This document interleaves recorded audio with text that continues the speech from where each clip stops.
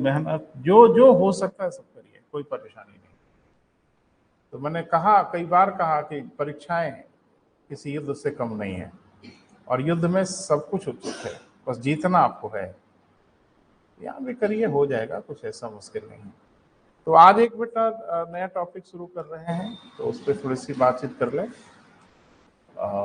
Heading तो शायद बनवा दिया था, मॉनेटरी पॉलिसी, जिसको हम लोग कहते हैं मौद्रिक नीति। तो क्या होती है मौद्रिक नीति, पहले थोड़ा बेसिक समझें, फिर हम लोग तकनीकी क्षेत्रों में आते हैं। एक दिन मैंने आपको बताया था अर्थव्यवस्था की क्लास में कि हमेशा मार्केट में एक तरफ वस्तुएं होती हैं और एक तरफ मुद्रा होती है। याद आ रहा है मुद्रास्फीति पे जब हम बात कर रहे थे? तो किसी भी भारत ही नहीं बेटा, किसी भी अर्थव्यवस्था में एक बेहतरीन संतुलन जरूरी है बेटा। किसके बीच में? वस्तु सेवा और मुद्रा के बीच में। तो मैंने बताया था ना कि इसको तराजू का दो पड़ला मान लो। तो एक तरफ क्या है बेटा? वस्तु और सेवा, और एक तरफ क्या है बेटा? मुद्रा। बड़ा उदाहरण बता के आपको मैंने समझाया। तो जाहिर सी बात है, किसी देश में जनसंख्या बढ़ रही है, जरूरतें बढ़ रही हैं, तो वस्तु सेवा भी बढ़ रही होगी, हाँ या ना? बढ़ रही है ना बेटा? तो वस्तु सेवा अगर बढ़ रही है तो बिकने के लिए तैयार है ना। तो वस्तु सेवा जैसे बढ़ेगी उसी के अकॉर्डिंग मुद्रा भी बढ़नी होगी, क्योंकि मुद्रा नहीं बढ़ेगी तो फिर बैलेंस बिगड़ जाएगा ना बेटा। तो हमेशा तराजू का पड़ला बैलेंस रहना चाहिए। कभी कभी ये बैलेंस बिगड़ता है, और जब ये बैलेंस बिगड़ता है तो या तो मंदी की तरफ चले जाएंगे, जिसको रिसेशन कहते हैं हम लोग, या तो मुद्रास्फीति की ओर चले जाएंगे। मंदी का मतलब यही होता है कि दुकान में सामान एकदम भरा पड़ा है, खरीदार नदारत है, इसको हम लोग क्या बोलते हैं? मंदी। नहीं, दुकानदार जो मंदी बोलते होंगे, लेकिन अर्थव्यवस्था वाली मंदी का यही अर्थ है कि वस्तु सेवा का उत्पादन तो हो रहा है ठीक ठाक, लेकिन खरीदार नहीं है, बायर्स नहीं है, तो उसको मंदी बोला जाता है। दुकान वाला भी जो मंदी बोलता है, आजकल बड़ी मंदी चल रही है, तो उसका भी अर्थ वही होता है, भाई हम तो रेडी बैठे हैं, खरीदार नदारत हैं, यही ना बेटा। ये संतुलन बड़ा जरूरी है बेटा, और किसी अर्थव्यवस्था में इसको किसी की निगाह में या किसी के नियंत्रण में तो रहना ही चाहिए। यानी मुद्रा को संतुलन में बनाए रखने की किसी न किसी की जिम्मेदारी जरूर होगी। अगर भारत के संदर्भ में बात करें तो दुनिया के हर देश में मुद्रा है, तो हर देश में मुद्रा को संचालित करने वाला कोई ना कोई जरूर होगा। वो जो इसको संचालित करता है, मैनेज करता है, भारत ही नहीं कोई देश, उसी को हम लोग मॉनेटरी पॉलिसी कहते हैं। जो भी बॉडी हो जो इस मुद्रा को नियंत्रित करे, तो नियंत्रित करने की जो योजना होती है उसी को हम लोग क्या बोलते हैं बेटा? मौद्रिक नीति। अमूमन हर देश का जो केंद्रीय बैंक होता है, हर देश में केंद्रीय बैंक है, सेंट्रल बैंक है, तो किसी देश का जो केंद्रीय बैंक होता है अमूमन वही मौद्रिक नीति को संचालित करता है। यानी वही निगाह रखता है कि मुद्रा घट रही है कि बढ़ रही है, बढ़ रही है तो क्या करना है, घट रही है तो क्या करना है। क्योंकि भारत की हम बात कर रहे हैं, तो भारत में जो मौद्रिक नीति है,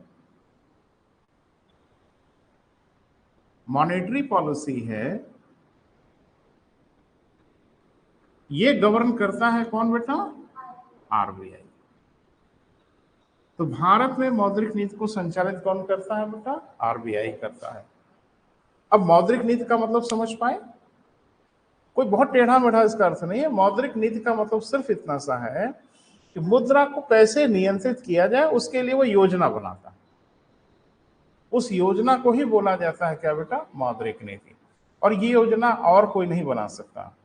हर देश का जो केंद्रीय बैंक होगा वही ये योजना बना सकता है। जैसे भारत की बात करें तो भारत का केंद्रीय बैंक आरबीआई है। अमेरिका की बात करें तो फेडरल बैंक है। इंग्लैंड की बात करें, बैंक ऑफ इंग्लैंड है। स्वीडन की बात करें, रिक्सबैंक और सेंट्रल बैंक ऑफ स्वीडन है। हर देश में एक केंद्रीय बैंक जरूर होगा। क्लियर है बेटा? और उसी के जिम्मे कई काम रहता है। तो किसी देश का केंद्रीय बैंक क्या क्या करता है बेटा, थोड़ा सुन लें। एक तो मौद्रिक नीति को संचालित करता है, जो हम लोग पढ़ने जा रहे हैं। सरकार का फाइनेंसर भी होता है। सरकार को अगर धन की आवश्यकता होती है तो ये मैनेज करता है। दूसरा, वो सरकार का वित्तीय सलाहकार होता है, फाइनेंशियल एडवाइजर भी होता है। तीसरा ये कि मुद्रा का मुद्रण भी करता है। मुद्रा छापने का अधिकार हर देश के केंद्रीय बैंक को दिया जाता है। चौथा कि मुद्रा के वितरण पर भी वो नजर रखता है। छापना तो है ही है, डिस्ट्रीब्यूशन पे भी नजर रखता है। क्लियर है? जैसे भारत के बारे में आपने पढ़ा होगा कि सिक्के भारत सरकार की टकसालों में छापे जाते हैं, आरबीआई नहीं छापता। आरबीआई सिर्फ नोटें छापता है। सिक्के भले भारत सरकार की टकसालों में छापे जाते हैं, लेकिन उसके वितरण पर नियंत्रण आरबीआई का ही होता है। क्लियर है बेटा?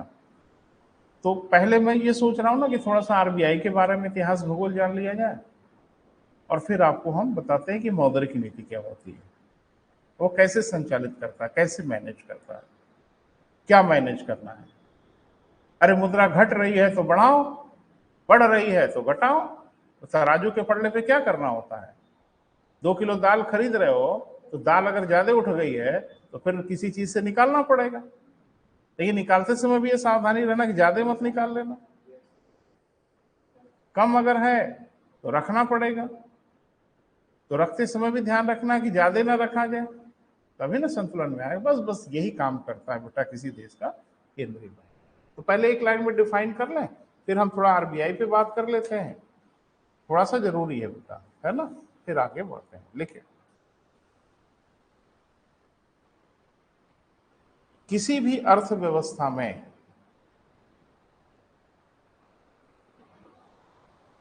किसी भी अर्थव्यवस्था में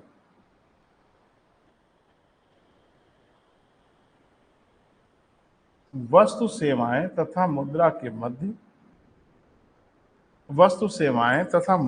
मध्य एक संतुलन आवश्यक है।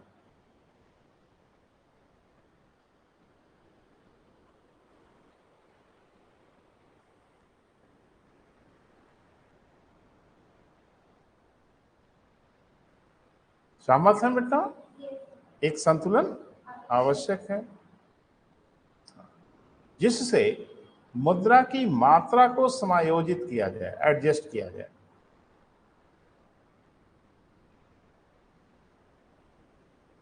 जिससे मुद्रा की मात्रा को क्या बेटा? समायोजित किया जाए, एडजस्ट किया जाए। इसके लिए एक नीति अथवा योजना की आवश्यकता होती है। इसके लिए एक नीति या क्या बेटा? योजना की आवश्यकता होती है।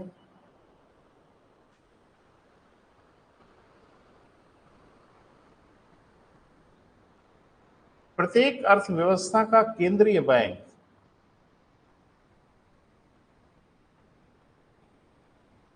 प्रत्येक अर्थव्यवस्था का क्या बेटा? केंद्रीय बैंक इस योजना को या नीति को निर्धारित करता है।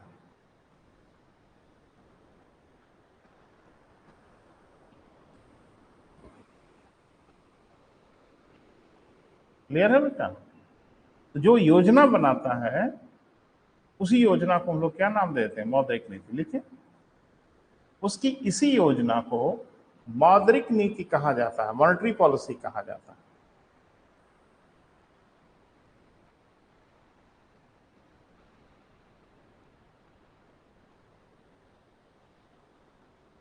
क्लियर हुआ बेटा? तो एक बात तो समझ में आई गई कि मौद्रिक नीति से क्या किया जाता है?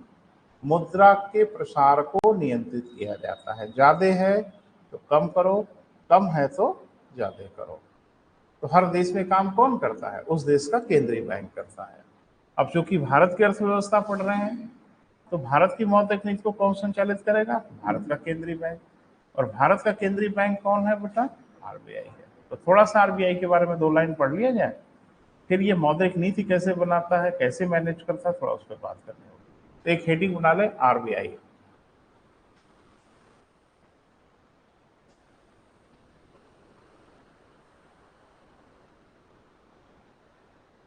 Reserve bank of India.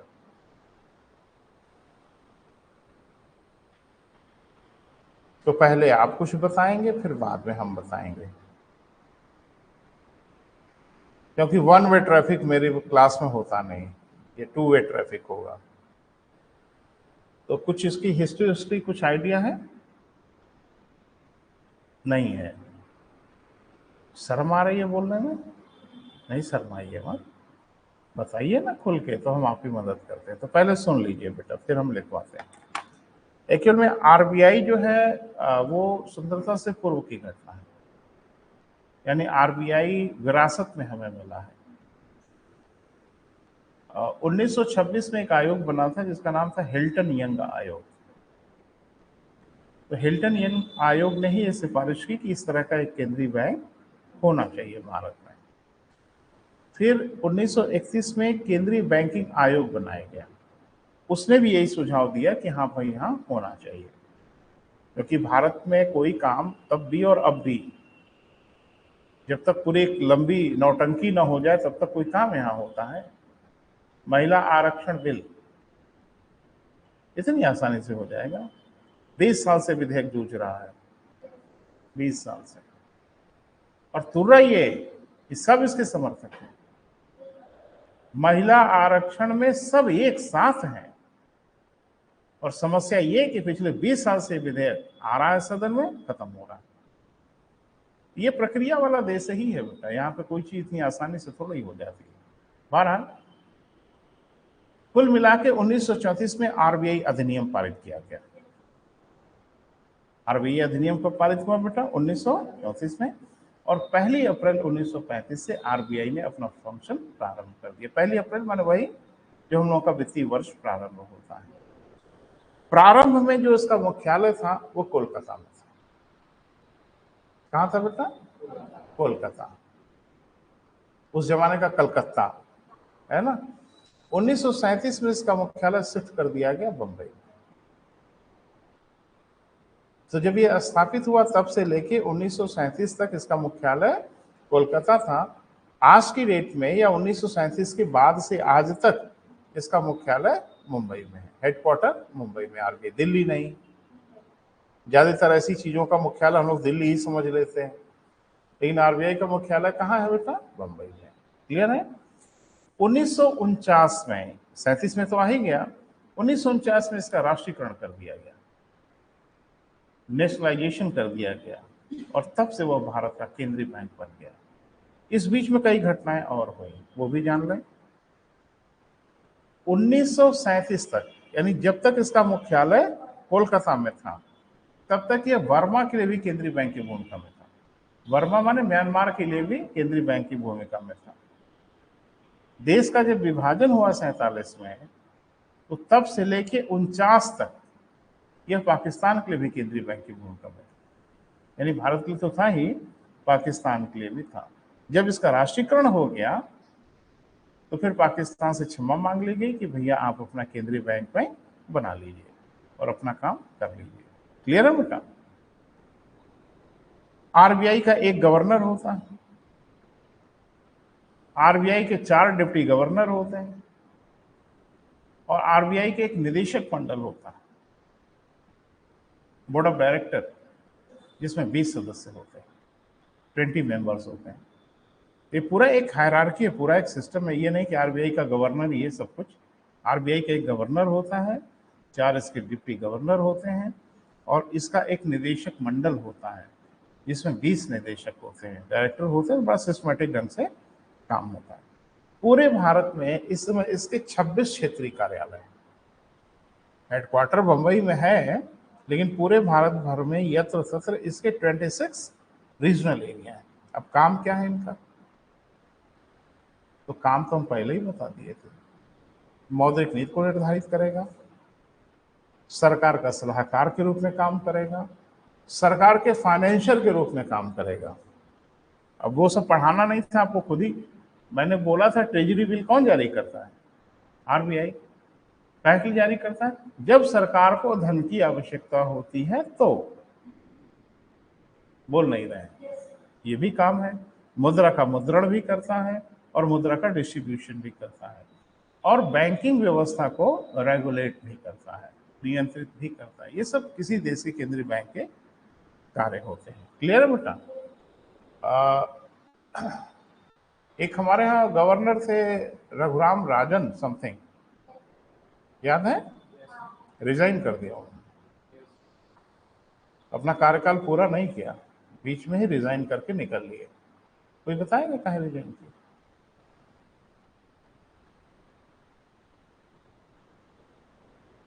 भाई नेता तो नहीं होता गवर्नर, कोई पॉलिटिशियन तो होता नहीं, तो पॉलिटिशियन का अगर वो उसका काम है नहीं तो कोई पॉलिटिकल रिफ्टिंग तो होगी नहीं। अगर इस्तीफा दिया होगा तो कोई वजह रही होगी।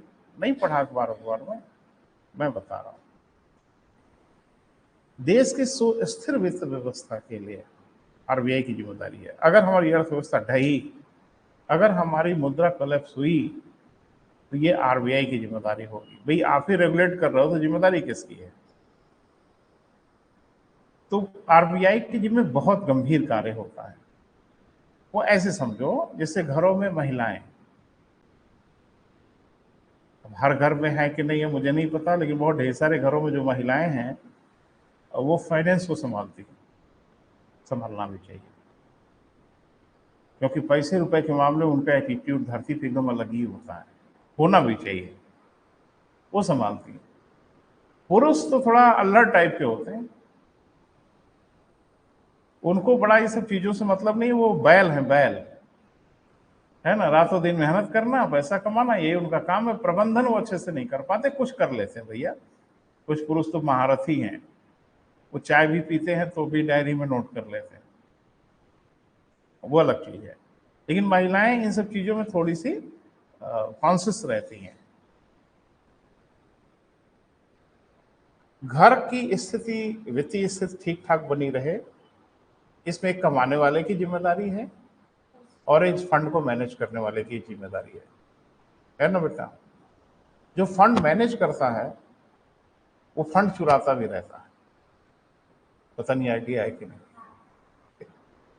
हाँ, कुछ चुरा लेना, नहीं अच्छा शब्द नहीं है चुरा लेना कहना। चुराना क्या भाई, सब उन्हीं का है। लेकिन वो उनका एक हार्दिक इच्छा रहती है कि कुछ हमारे पास अपना कहने के लिए हो। तो मैंने ढेर सारी महिलाओं को सुना है कि आपके पर्स वर्स में से निकालती रहती है पैसे। काहे के लिए?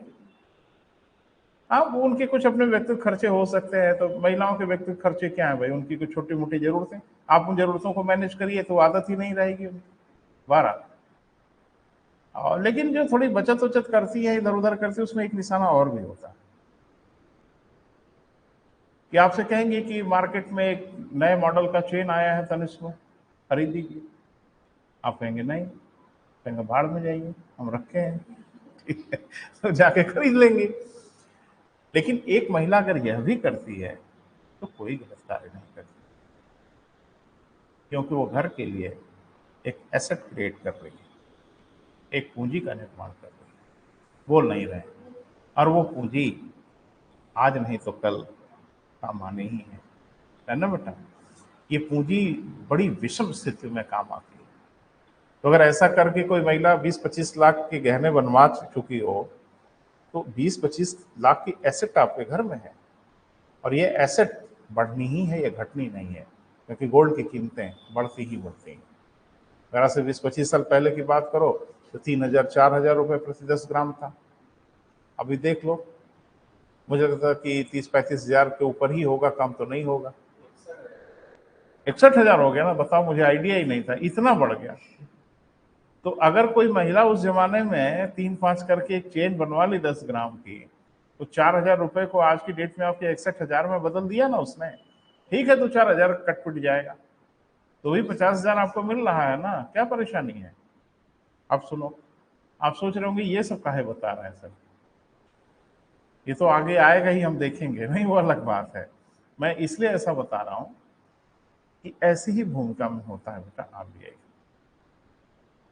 सरकार तो पैसा कमाती है, ये वो करती है, सारी चीजों को नीतियां बनाती हैं, लेकिन फंड का प्रबंधन आरबीआई।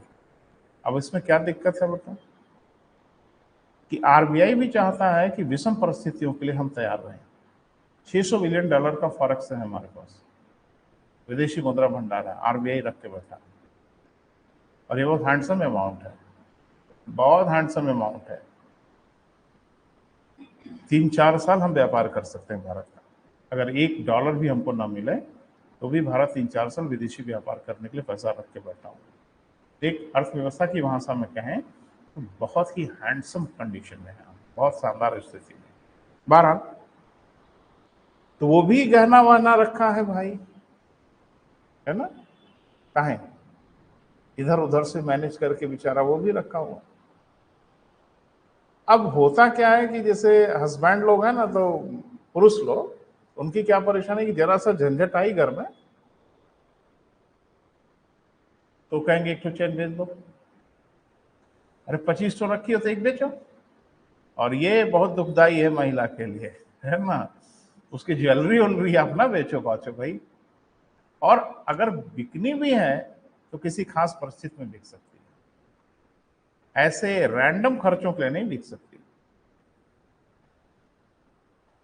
अब ये कि जा रहे हैं सब्जी लेने, पैसा नहीं, चैन बेच दो, अरे ऐसे चैन बिकेगी, सब्जी लेना है, ग्रोसरी का सामान लेना है, चैन एक तो बेच दो, नहीं नहीं, चैन बिकेगी तब जब जिंदगी दांव पे लग जाएगी तो सब कुछ होगा, है ना बेटा।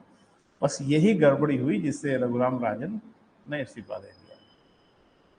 महिलाओं को ज्यादा तंग करोगे ना तो कहीं घर ही छोड़ के जा रहा है ठीक है, धमकी होती कहाँ जाती है वो, लेकिन एक धमकी, ये तो धमकी दी है कि ज्यादा हमको तंग करोगे ना तो हम चले जाएंगे। सरकार मानी नहीं और ये चले ही गए छोड़ के। एक्चुअल में हुआ क्या कि आरबीआई के पास बहुत हैंडसम अमाउंट है, वो रखा हुआ है, लेकिन वो सब्जी खरीदने के लिए नहीं रखा है, वो उस दिन के लिए रखा है कि देश जब बुरी गति में चला जाएगा, देश जब संकट में गुजरेगा तो हम संभालेंगे देश को, तो रिजर्व में रखा हुआ है। सरकार ने यही कहा कि तो तुम्हारे जो चेन वेन है सब बनवाई हो, कभी पहनती वहनती तो हो नहीं, देखे तो नहीं कभी पहनते हुए, तो खाली अलमारी में रखी हो, बेचो उसमें 2 चैन। तो उन्होंने आरबीआई से ही कहा कि जो आपके पास पैसा है उसका कोई उपयोग तो है नहीं, कहाँ संकट आ रहा है इतना, तो उसमें से आप 3-4 लाख करोड़ दे दीजिए हमको। उन्होंने कहा कि उसमें से एक ढेला नहीं देंगे, एक चवन्नी नहीं देंगे, क्योंकि वो ऐसे सामान्य खर्चों के लिए पैसा नहीं रखा हुआ। सरकार ने कहा कि दीजिए, कहा नहीं देंगे, सरकार कहा देना पड़ेगा, कहा भाड़ में जाओ, हम ही जा रहे हैं, सब ले लो बेच दो, हमसे क्या मतलब है। ऐसा कुछ इश्यू हुआ। अब सरकार को भी लग रहा था कि भाई फालतू में वो सब पड़ा हुआ है, कहीं कोई यूज है नहीं, कोई आवश्यकता नहीं है, तो उससे काम चलाएं देश का, कुछ आगे की ओर अर्थव्यवस्था को बढ़ाएं। दोनों अपनी अपनी जगह पे सही थे। लेकिन देखो, घर पे खतरा नहीं आ रहा है, घर पे संकट नहीं आ रहा है, थैंक्स कहिए ऊपर वाले को, धन्यवाद कहिए, क्योंकि खतरा आएगा तो बता के नहीं आएगा, तो आप उसके लिए तैयार ही रहें तो बेहतर है। किसी आकस्मिक स्थिति के लिए फाइनेंशियली घर तैयार रहे तो बेहतर है। और सरकार कह रही थी कहाँ सब खेल कूद रहे हैं, मस्त हैं, कहीं किसी को परेशानी है नहीं, तो काय के लिए रख के बैठे, बस इसी में झंझट हुई बेटा। वो छोड़ के चले गए, कहा कि रखिए किसी को, हमारे बस का नहीं। थोड़ा सा नजर रखिए इन सब चीजों पे। 12 तो थोड़ा सा आरबीआई के बारे में लिखा जाए और फिर इसकी जो कार्य है वो थोड़ा लिख लिया जाए, और तब आते हैं आरबीआई की मौद्रिक नीति पर, है ना बेटा, लिखें।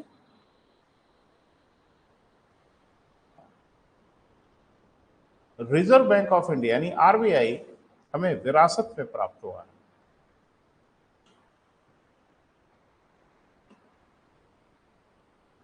आरबीआई जो भारत में है वो हमको कैसे मिला है बेटा, विरासत में मिला है, ब्रिटिश लिगेसी है वो।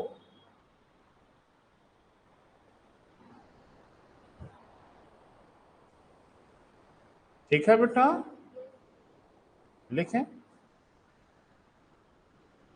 सन 1926 हिल्टन यंग आयोग, अब अंग्रेज ही रहे होंगे उस जमाने में, और कौन रहेगा। हिल्टन यंग आयोग ने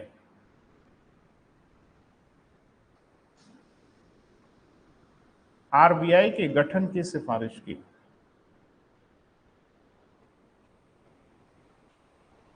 हिल्टन यंग आयोग ने आरबीआई के गठन की क्या बेटा, सिफारिश की। ठीक है, फुल स्टॉप करिए। सन 1931 में केंद्रीय बैंकिंग आयोग ने भी, एक आयोग फिर बनाया गया, ने भी इसके गठन की सिफारिश की।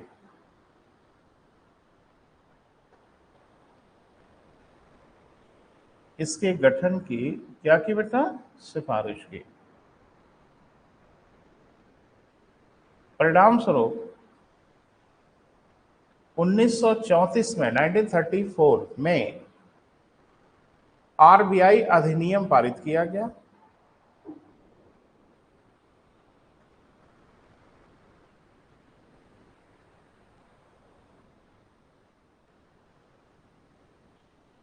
परिणाम स्वरूप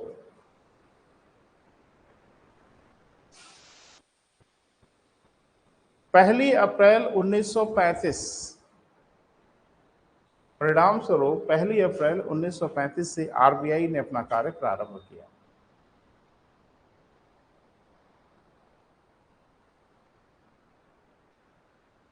आरबीआई ने अपना कार्य प्रारंभ किया।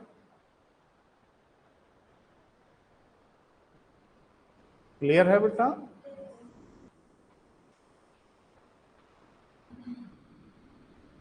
देखिए प्रारंभ में इसका मुख्यालय कलकत्ता था, जब स्थापित हुआ था तो इसका मुख्यालय कहां था बेटा, कलकत्ता था।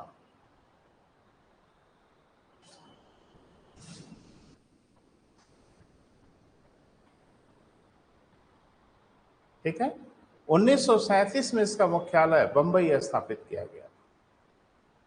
1937 में इसका मुख्यालय कहां बेटा, बंबई स्थापित किया गया, स्थानांतरित किया गया, जो भी चाहे लिखें। ठीक है, 1937 तक यह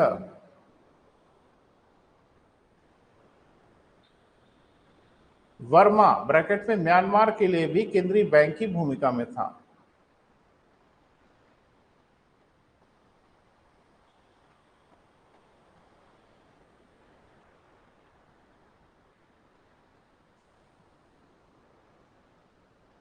ठीक है बेटा, देखिए 1949 में इसका राष्ट्रीयकरण कर दिया गया। 1949 में इसका क्या बेटा, राष्ट्रीयकरण, राष्ट्रीयकरण मतलब नेशनलाइजेशन। ठीक है, राष्ट्रीयकरण कर दिया गया तथा भारत का केंद्रीय बैंक बनाया गया।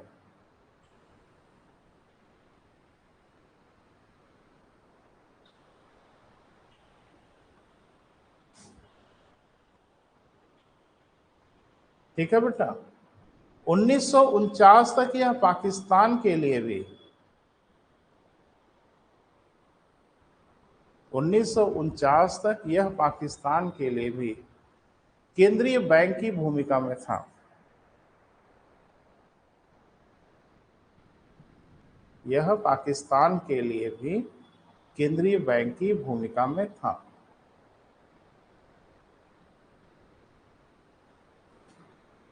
ठीक है बेटा, वर्तमान समय में इसके 26 क्षेत्रीय कार्यालय हैं।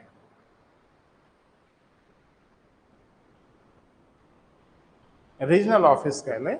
वर्तमान में इसके कुल कितने बेटा, 26 क्षेत्रीय कार्यालय हैं। ठीक है बेटा, आगे लिखो, तथ्यात्मक चीजें हैं। लिखें इसका एक गवर्नर, आरबीआई का कितना बेटा, एक गवर्नर, 4 डिप्टी गवर्नर,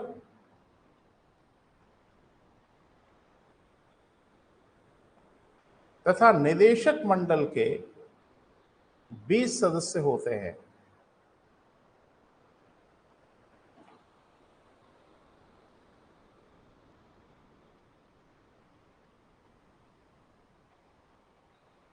बीस सदस्य होते हैं। हाँ, एक बेटा संशोधन हुआ है आरबीआई के अधिनियम, बहुत हुए हैं, एक अभी हाल में हुआ जो थोड़ा जरूरी है, तो उसको पहले लिख लेते हैं, फिर हम लोग बात करते हैं आरबीआई के कार्यों पे।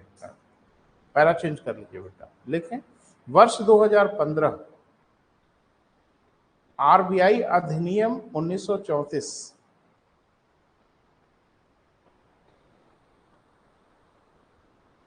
की धारा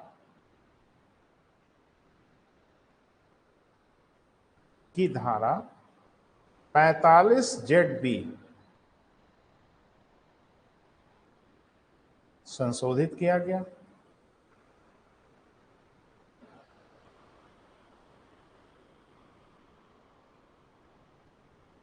छह सदस्यीय एक आयोग बनाया गया। 6 सदस्यीय एक आयोग बनाया गया जिसे एमपीसी कहा गया। पूरा नाम आप जरूर लिखिएगा ब्रैकेट में। जिसे क्या कहा गया बेटा? MPC. MPC for monetary policy commission.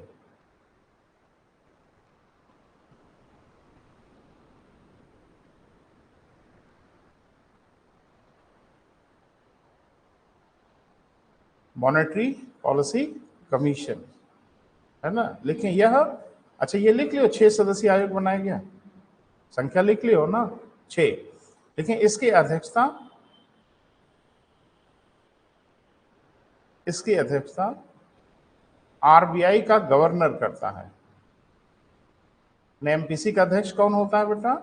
RBI का गवर्नर होता है। कोरम कम से कम 4 सदस्यों का है। कोरम कम से कम कितना बेटा? 4 सदस्यों का है। मतलब कम से कम 4 सदस्य आएंगे तो बैठक होगी, नहीं तो नहीं होगी। लिखें इसकी बैठक वर्ष में 4 बार अवश्य होगी।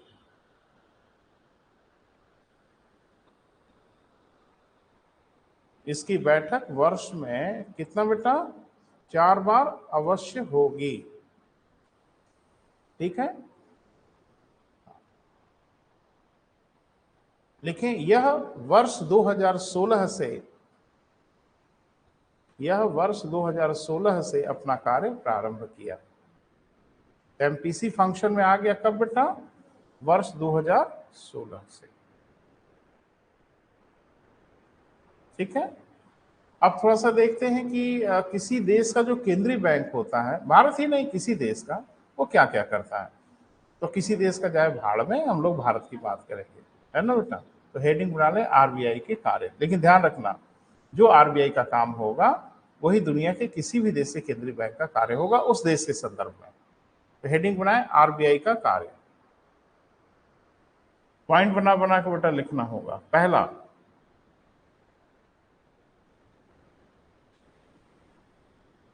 सरकार के बैंक तथा सलाहकार के रूप में।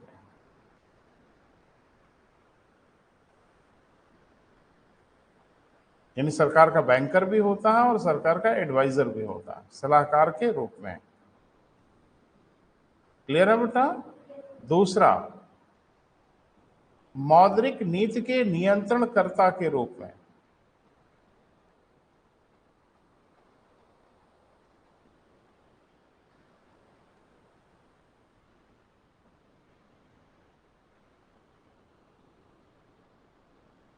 मौद्रिक नीति के नियंत्रणकर्ता के रूप में, तो इसी के माध्यम से वो अन्य बैंकों को भी नियंत्रित कर लेता है।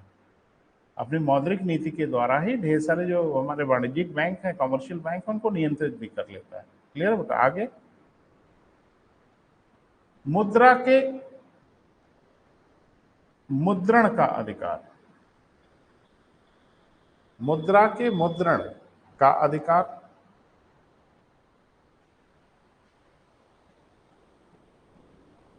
क्लियर है बेटा?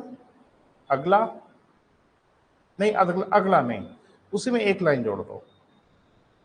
हाँ, कॉइन या सिक्के भारत सरकार की ओर से छापे जाते हैं,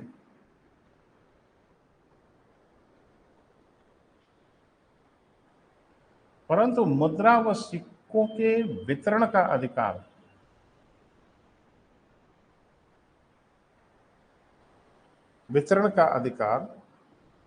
किसके पास बेटा? आरबीआई के पास होता है।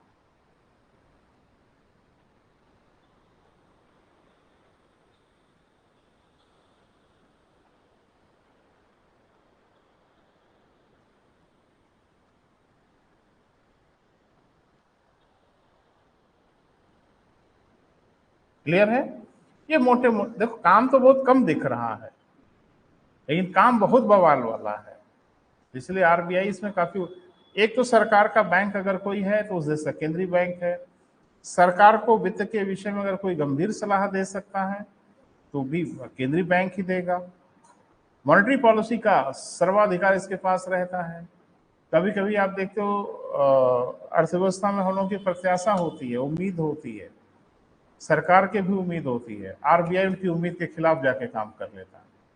जैसे आप तो ध्यान नहीं देते हो, अब ध्यान देना। जैसे अक्सर समझ में आता है कि इस साल कुछ ब्याज दरें घटाएगा, वही बनाए रखा, तो आपकी प्रत्याशा के अकॉर्डिंग वो काम नहीं करता। उस पर अनुभवी लोग बैठे हैं, विशेषज्ञ लोग बैठे हैं, भारत की अर्थव्यवस्था में किस चीज का कितना इम्पैक्ट कब तक होगा, इस पे उनकी बड़ी पैनी नजर होती है। हड़बड़ी में वो कोई काम नहीं करते। अब महंगाई बढ़ रही है तो इसे कहा जाता है ब्याज दरें बढ़ा दीजिए, नहीं बढ़ाता, कहता अभी ठीक है, कोई परेशानी नहीं। यानी सारा कुछ वो डिसीजन ले लेते हैं। क्लियर है बेटा? अब जरा सा मौद्रिक नीति क्या होती है बेटा, वो जरा देखना होगा, है ना? तो चूंकि मौद्रिक नीति को नियंत्रित कौन करता है? आरबीआई। तो इसलिए मैंने 2 लाइन आरबीआई के बारे में आपसे बात कर लिया, थोड़ा आरबीआई के बारे में आइडिया लगे। ठीक है, अब आरबीआई की मौद्रिक नीति क्या होती है वो थोड़ा सा चर्चा करना है। ठीक है, और एक छोटी सी हेडिंग फिर बना लो ना, आरबीआई की मौद्रिक नीति। कतई हड़बड़ी नहीं होनी चाहिए बेटा कि सिलेबस जल्दी से खत्म हो जाए। सिलेबस खत्म तो हो जाएगा, कहीं आप ना खत्म हो जाए, है ना? तो सिलेबस आराम आराम से खत्म हो ताकि हम जिंदा रहें, सरवाइव करें, चीजों को समझें। तो अभी फिर थोड़ा सा रुकना पड़ेगा बेटा। आरबीआई की जो मौद्रिक नीति होती है ना बेटा, इसको हम लोग कई श्रेणियों में विभाजित करते हैं, बांटते हैं। एक को हम लोग कहते हैं मात्रात्मक और एक को कहते हैं गुणात्मक। हिंदी में, अंग्रेजी बोलते रहे। मात्रात्मक माने क्वांटिटिव और गुणात्मक माने क्वालिटेटिव। ये भी नियंत्रण स्थापित करता है, यानी मात्रा पर भी नियंत्रण स्थापित करता है और क्वालिटी पर भी नियंत्रण स्थापित करता है। इसको बोला जाता है कि आरबीआई की जो मौद्रिक नीति है वो मात्रात्मक है और एक को कहते हैं गुणात्मक है। एक तो ये हो गया। एक और डिमार्केट करते हैं कि व्यस्त मौसम की मौद्रिक नीति और सुस्त मौसम। तो हमारी अर्थव्यवस्था में कुछ मौसम वाकई व्यस्त होते हैं, जैसे अप्रैल को हम लोग व्यस्त मौसम मानते हैं अर्थव्यवस्था में। अभी वित्तीय वर्ष प्रारंभ वरंभ होता है तो इकोनॉमिक्स में इसको बिजी माना जाता है। अप्रैल, अरे मार्च अप्रैल ये सब थोड़ा बिजी रहता है। नवंबर को हम लोग सुस्त मौसम मानते हैं। अब तो खैर वो सब हट गया जब से एमपीसी वगैरह बन गया। लेकिन 2 चीजें आपको कभी नहीं भूलनी है कि आरबीआई की जो मौद्रिक नीति होती है वो मोटे मोटे 2 भागों में बंटती है।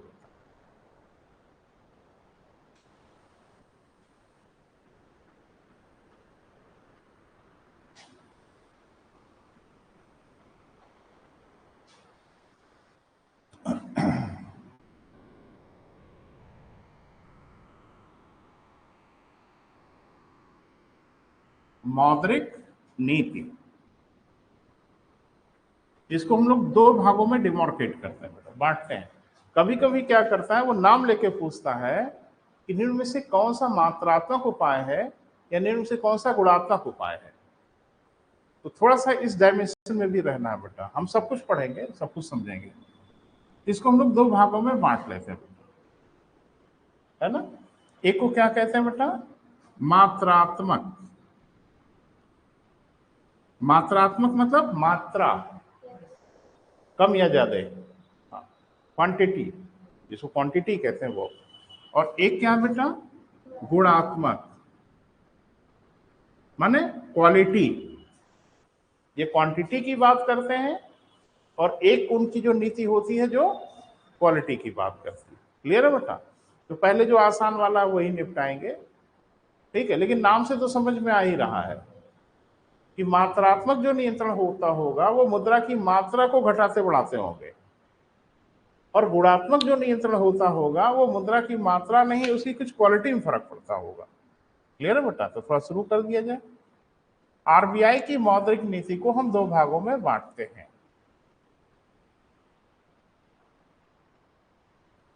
पहला,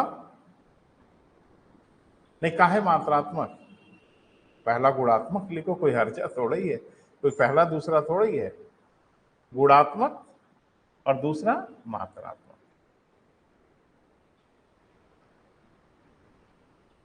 तो आज इसी का परिचय करा के छोड़ेंगे बेटा, टाइम बड़ा आज सब मिसमैनेजमेंट हो गया।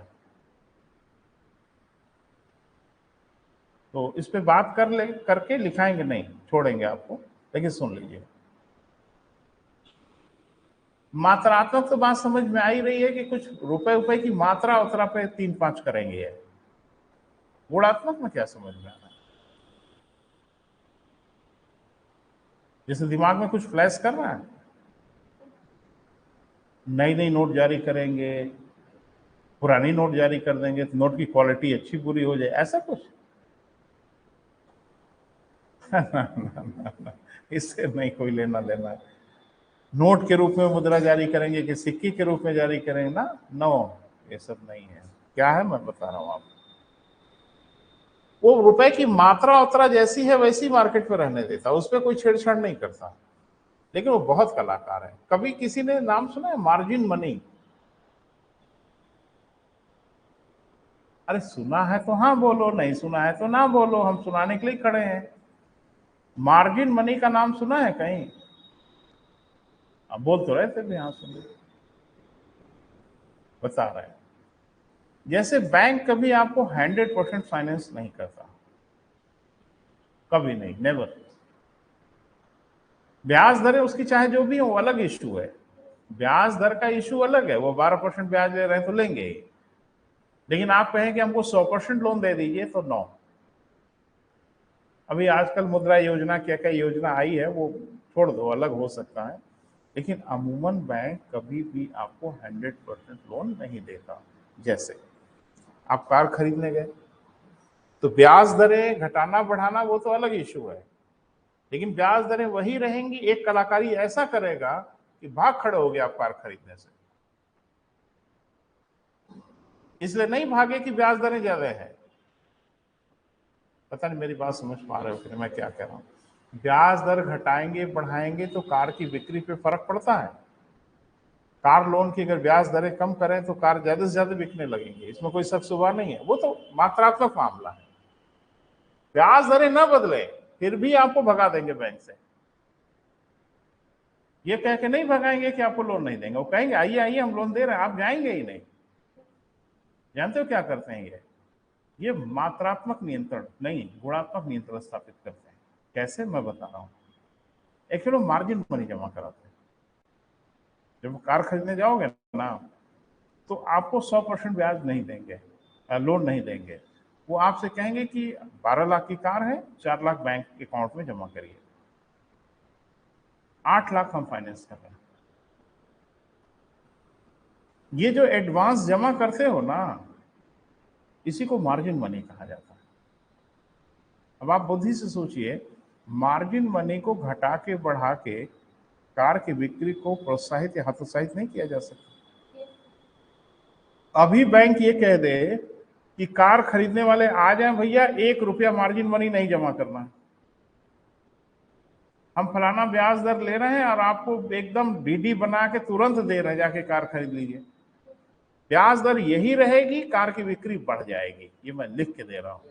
क्योंकि बहुत ऐसे ढेर सारे लोग होते हैं जिनके पास सिस्टम तो है इंस्टॉलमेंट देने का, किस्त हम जमा कर सकते हैं, लेकिन 4 लाख रुपया नहीं है कि हम जमा करके मार्जिन मनी हम कार ले पाए। और अगर उन्होंने कह दिया कि मार्जिन मनी 1 रुपया नहीं जमा करना है, ब्याज दर वही रहेगी, तो भी धड़ल्ले से कार बिकने लगेगी। पता नहीं मेरी बात से सहमत है कि नहीं। अगर वो मार्जिन मनी 50% कर दें, वो कहते हैं कार के लिए हम 50% से ज्यादा लोन देंगे ही नहीं, तो 12 लाख की कार है, 6 लाख आपसे जमा करा लेंगे और 6 लाख की लोनिंग करेंगे। मान लीजिए वो मार्जिन मनी 75% कर दें, यहां 75% मार्जिन मनी जमा करो, हम खाली 25% आपको लोन देंगे बस, तो हम भी कह देंगे नमस्कार। 75% जुटा लेंगे तो 25% भी जुटा लेंगे, और आपके यहाँ सरदर्द मोल लेने क्यों आए? आपको समझ में आ रहा है? मार्जिन मनी को बढ़ाकर घटाकर सिर्फ किसी क्षेत्र को प्रोत्साहित या हतोत्साहित कर सकते हैं, बोल नहीं रहे। और मार्जिन मनी का जो मामला है उसको आरबीआई निर्देशित करता है, वो कहेगा कम से कम इतनी मार्जिन मनी तो होनी चाहिए। बैंक जानते हो क्या करता है? ज्यादा से ज्यादा आपसे जमा कराना चाहता है मार्जिन मनी, लेकिन अगर आप मैनेजर से रिक्वेस्ट करो कि अरे मैनेजर साहब ऐसे 75% नहीं, थोड़ा सा और बढ़ा दीजिए, तो हो सकता है उसको निर्देश मिला हो कि कम से कम 20% मार्जिन मनी जमा करानी है, और वो कोशिश करता है 30%, 25%, 35% जमा करा ले, तो आप बड़ा रिक्वेस्ट किए तो घटा दिया। लेकिन अगर आरबीआई ने 20% कहा है तो 20% से कम कोई मैनेजर नहीं कर सकता, उससे ज्यादा रखेगा मार्जिन मनी। आपको नहीं लगता अगर आरबीआई मार्जिन मनी को कह दे 0, तो बैंक तो 5% पे भी दे देगा, 5% मार्जिन मनी जमा। मेरी बात समझ पा रहे हो?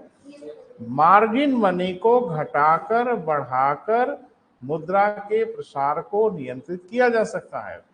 कार लोन लोगे ना, तो सीधा पैसा कार की कंपनी में जाएगा, और कार की कंपनी में जाएगा ना तो उसके इंजीनियर के पास जाएगा, उसके श्रमिक के पास जाएगा, सबके पास वो पैसा चला जाएगा, और वो पैसा मार्केट में दौड़ने लगेगा।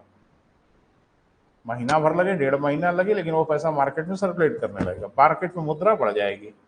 आया ना? होम लोन में यही कर दे, भाई घर का लोन आप एस्टिमेट बना के लाई, इंजीनियर जाके एस्टिमेट बनाता है, आपके कहने से थोड़ी मानता है वो, उनके स्पेसिफाइड वैल्यूअर होते हैं, बैंक से संबंध रहते हैं, उसको भेजता है कि जाके देखो इसका घर कितने का बन जाएगा लगभग। वो एस्टिमेट अगर बनाया 20 लाख का, तो आप उम्मीद करो कि आपको 10-12 लाख का लोन मिल जाएगा। लेकिन अगर उसने एस्टिमेट बनाया 10 लाख का, तो 10 लाख का लोन तो आपको किसी कीमत पर नहीं मिलेगा। समझ पा रहे हैं? तो वहां भी मार्जिन मनी वाला मामला हो गया। तो मुझे लगता है किसी इलाके में मार्जिन मनी को घटा के बढ़ा के चीजों को डिस्टर्ब कर सकते हैं। इससे कहीं कुछ आप देख रहे हो, ब्याज दर नहीं परिवर्तित की जा रही है, कहीं कुछ परिवर्तन नहीं किया जा रहा, सिर्फ आपको तंग करके आपको भगाया जा रहा, बोल नहीं रहे। ये सारे नियंत्रण क्या कहलाते हैं? गुणात्मक। और कभी कभी एक चीज और देखा होगा कि आरबीआई स्पष्ट निर्देश देता है किसी खास क्षेत्र में ज्यादा से ज्यादा लोन दीजिए, आपको नहीं पता होगा, बैंक से जुड़े रहेंगे तो आपको पता चलेगा।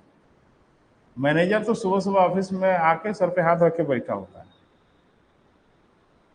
कि 25 कार देना इस महीने में लोन, निर्देश आ गया, कार लोन नहीं हो रहा है तुम्हारे ब्रांच से, इस महीने में टारगेट है 25 कार दो। और वो भी पागल की तरह से क्लाइंट ढूंढता है, ये भी ध्यान रखता है कि कहीं फंस न जाए। अरे भाई वो भी सोचता है कि कहीं लोन ना फंस जाए, तो दोनों चीजों पे काम करना है। 25 कार लोन भी देना है, लोन ऐसा ना हो जो डिफॉल्टर हो जाए। एक दिन मैं अपने बैंक में गया, वो मैनेजर अभी यंग एज का है, ये यूनियन बैंक है ना यहाँ पे एलवल के वो ऊपर, तो एक्चुअली मेरा पढ़ा हुआ स्टूडेंट भी वहीं पे था काफी दिन तक, तो बैंक में आना जाना था, आशुतोष, तो कैशियर था वो। तो अभी बीच में फिर मैं गया था तो एक बड़ी यंग एज का मैनेजर बैठा हुआ था, तो यही का था वो, आजमगढ़ का ही था। तो बताया कि सर जानते हैं आपको, बड़ी इच्छा तो थी पढ़ने वढ़ने की, लेकिन हम लोग की दूसरी दुनिया निकल गई, तो बैंकिंग की तरफ चले गए। तो बातचीत करते हुए तब तक कोई कॉल आई उसका